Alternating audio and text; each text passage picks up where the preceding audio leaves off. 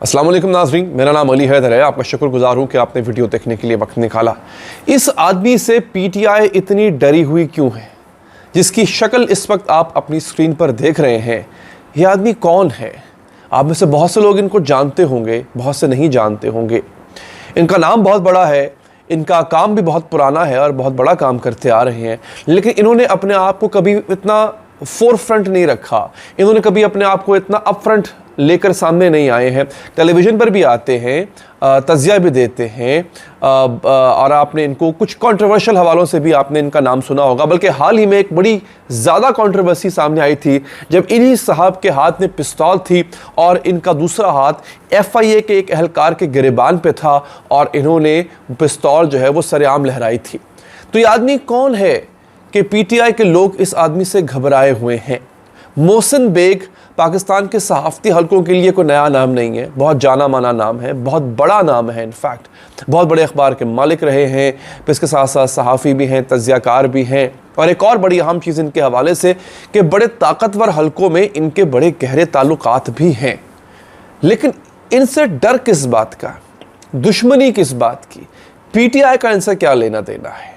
एक और तस्वीर आपके सामने इस वक्त आ चुकी है जिसमें आपको मोहसिन बेग साहब इमरान खान साहब के प्राइवेट जहाज़ में इमरान खान साहब के साथ बैठे नज़र आ रहे हैं।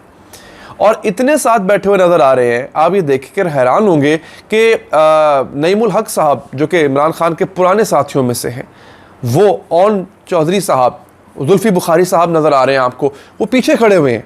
और मोहसिन बेग को इमरान खान के साथ वाली नशिस्त मिली हुई है। ये आदमी जो इमरान खान के इतना क्लोज था, अब वो PTI के लिए डर का, दहशत का इस्तारा कैसे बन गया? ये भी सोचने वाली बात है। आपने नहीं सोचना, मैंने इस पर रिसर्च की है। मैं पूरी की पूरी वीडियो में आपको तमाम चीज़ें बता दूंगा। तो मोहसिन बेग के साथ होता क्या है बेसिकली? मोहसिन बेग, इनके बारे में कहा जा रहा है कि इनको अगला केयर टेकर प्राइम मिनिस्टर बनाया जाएगा। इलेक्शंस होंगे और इनको केयर टेकर प्राइम मिनिस्टर बनाया जाएगा।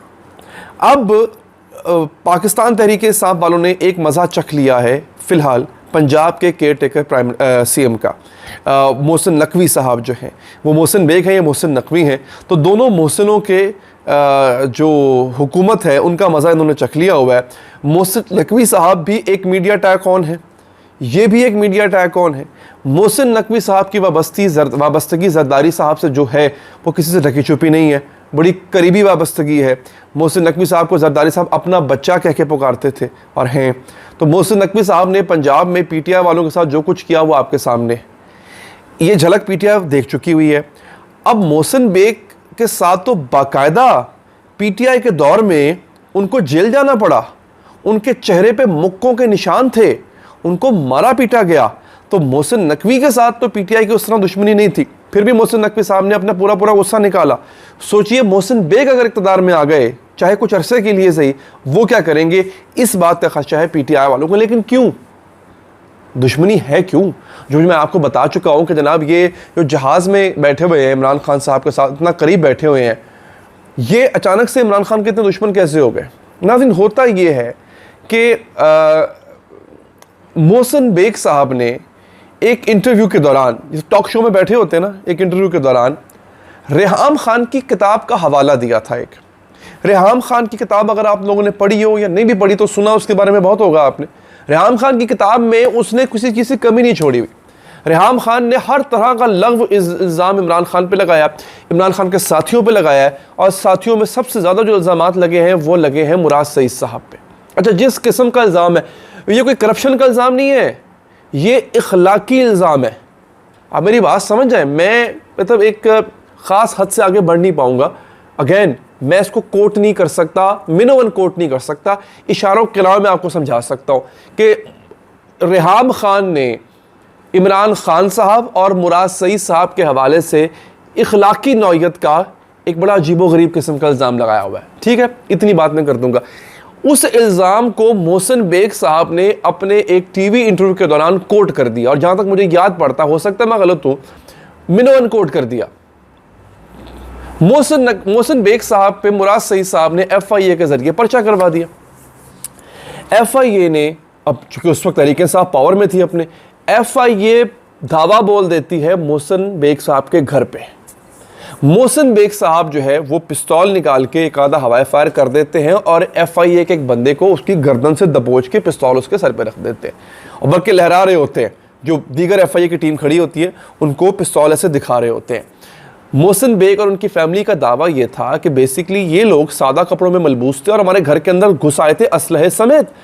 तो अगर कोई सादा कपड़ों में मलबूस शख्स असलहे समेत आपके घर में घुस आए, अपनी आइडेंटिटी भी ना दिखाए, ये भी ना बताए वो किस इदारे से है, क्या है, अपनी शनाख्त ना बताए, डॉक्यूमेंटेड शनाख्त की बात कर रहा हूँ। वो तो डाकू भी घुसा है कल को किसी के घर में, कह जनाब मैं FIA से हूँ, तो क्या आप उसको आने देंगे? नहीं आने देंगे। तो ये मौक़िफ़ था उनका, जिसको बाद में कई लोगों ने कहा कि हाँ यार मौक़िफ़ तो उनका ठीक था। कोई सादा कपड़ों में अगर आप घुसाएंगे बगैर वारंट दिखाए तो आम आदमी तो ये समझेगा कि डाकू है, तो ये इन्होंने किया। खैर उससे अगले दिन हमने देखा कि मोहसिन बेग साहब को जब गिरफ्तार किया गया था वो बिल्कुल ठीक थे।